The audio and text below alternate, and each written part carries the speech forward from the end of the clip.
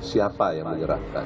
Inisialnya S, tapi latar belakangnya dan mana maksud tujuannya sampai hari ini kami tidak tahu. Penyelesaian BTS itu harus diutamakan karena nanti menyangkut pelayanan kepada masyarakat terutama di daerah-daerah terdepan dan tertinggal. Sampai sekarang kalau saudara-saudara tanya kepada siapa pihak swasta itu, kepada saya, kami tidak tahu.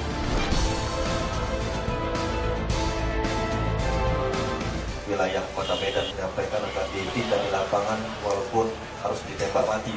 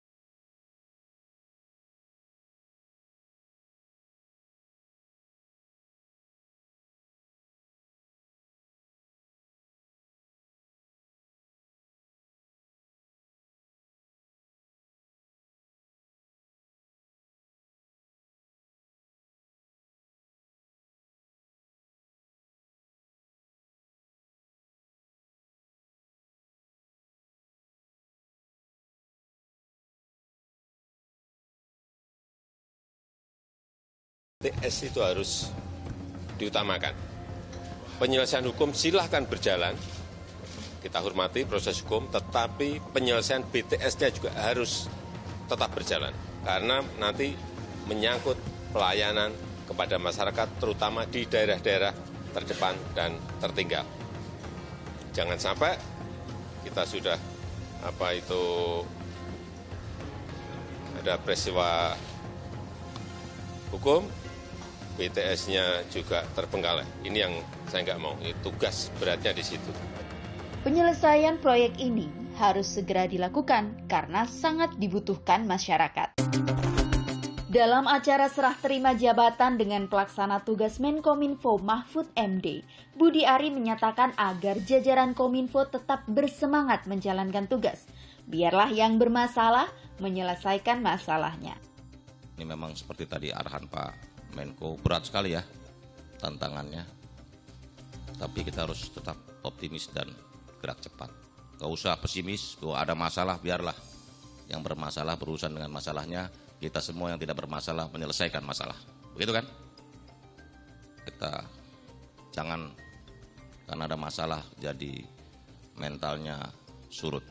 Kita harus tetap melihat optimisme ke depan. Kasus korupsi pembangunan menara BTS Kominfo tampaknya memancarkan kekuatan sinyal yang luas. Beberapa nama politisi walaupun tidak secara langsung diduga terkait dengan persoalan korupsi ini. Menteri Pemuda dan Olahraga Dito Aryo Tejo telah memenuhi panggilan kejaksaan pada 3 Juli 2023 lalu. Dito Aryo Tejo dipanggil sebagai saksi saat posisinya masih sebagai staf ahli Menko Perekonomian Airlangga Hartarto. Ini terlebih tuduhan saya menerima 27 miliar, di mana tadi saya sudah menyampaikan apa yang saya ketahui dan apa yang saya alami. Ini untuk materi detailnya lebih baik yang berwenang menjelaskan, dan saya harap dengan proses resmi ini nantinya bisa diproses tindak lanjut secara resmi juga, di mana ini bisa kembali untuk membersihkan nama saya dan juga kepercayaan yang sudah diberikan baik dari Bapak Presiden Jokowi maupun masyarakat. Direktur Penyidikan Kejaksaan Agung Bidang Tindak Pidana Khusus Kejaksaan Agung Kuntadi menjelaskan, Kejagung menduga aliran uang senilai 27 miliar rupiah berada di luar kasus pidana korupsi BTS. terkait dengan informasi yang selama ini seperti sebagaimana rekan-rekan ketahui beredar isu tentang adanya aliran dana. Namun yang jelas bahwa peristiwa tersebut kalau toh benar adanya nanti itu di luar tempus peristiwa pidana BTS. Selanjutnya terinfo dalam rangka untuk menangani atau mengendalikan penyidikan, ada upaya untuk mengumpulkan dan memberikan sejumlah uang.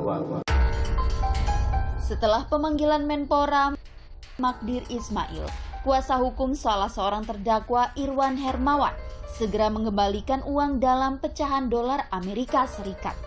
Sejumlah uang yang dikembalikan sesuai dengan jumlah yang dikonfirmasi Kejagung kepada Menpora Dito Aryo Tejo senilai 1,8 juta dolar Amerika Serikat. Nilai ini setara dengan 27 miliar rupiah. Orang lain yang membantu sampai sekarang kalau saudara-saudara tanya kepada siapa pihak swasta itu, jadi kepada saya, kami tidak tahu. Ya, bahwa uang ini diserahkan oleh pihak yang mengatakan akan membantu klien kami Irwan Hermawan. Ya. Orang itu tidak menyebutkan sumber dari uang ini dari mana dan juga tidak disebutkan uang ini terkait dengan siapa.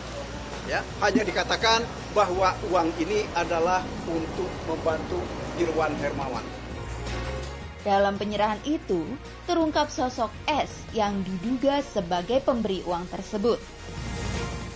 Menerima penyerahan uang sebesar 1,8 juta US dollar atau setara dengan 27 miliar. Dan selanjutnya dalam rangka untuk membuat terang, mencari tahu apa kaitannya, asal-usulnya terkait dengan uang tersebut, maka yang bersangkutan kami periksa. Dan hasilnya antara lain bahwa keduanya tidak tahu siapa yang menyerahkan. Inisialnya S, tapi latar belakangnya dan asal dari mana maksud tujuannya sampai hari ini kami tidak tahu. Korupsi adalah kejahatan luar biasa. Nilai korupsi kasus BTS Kominfo mencapai 8 triliun rupiah. Nilai sebesar ini diduga melibatkan banyak pihak. Kasus ini harus diberantas tuntas. Korupsi dalam segala bentuknya melukai rakyat lahir dan batin. Akibat kasus ini, rakyat di ujung batas negeri kehilangan kesempatan menikmati layanan jaringan internet untuk mengembangkan kehidupan mereka. Siapapun yang terlibat harus diproses secara hukum yang sejatinya harus berpihak kepada rakyat.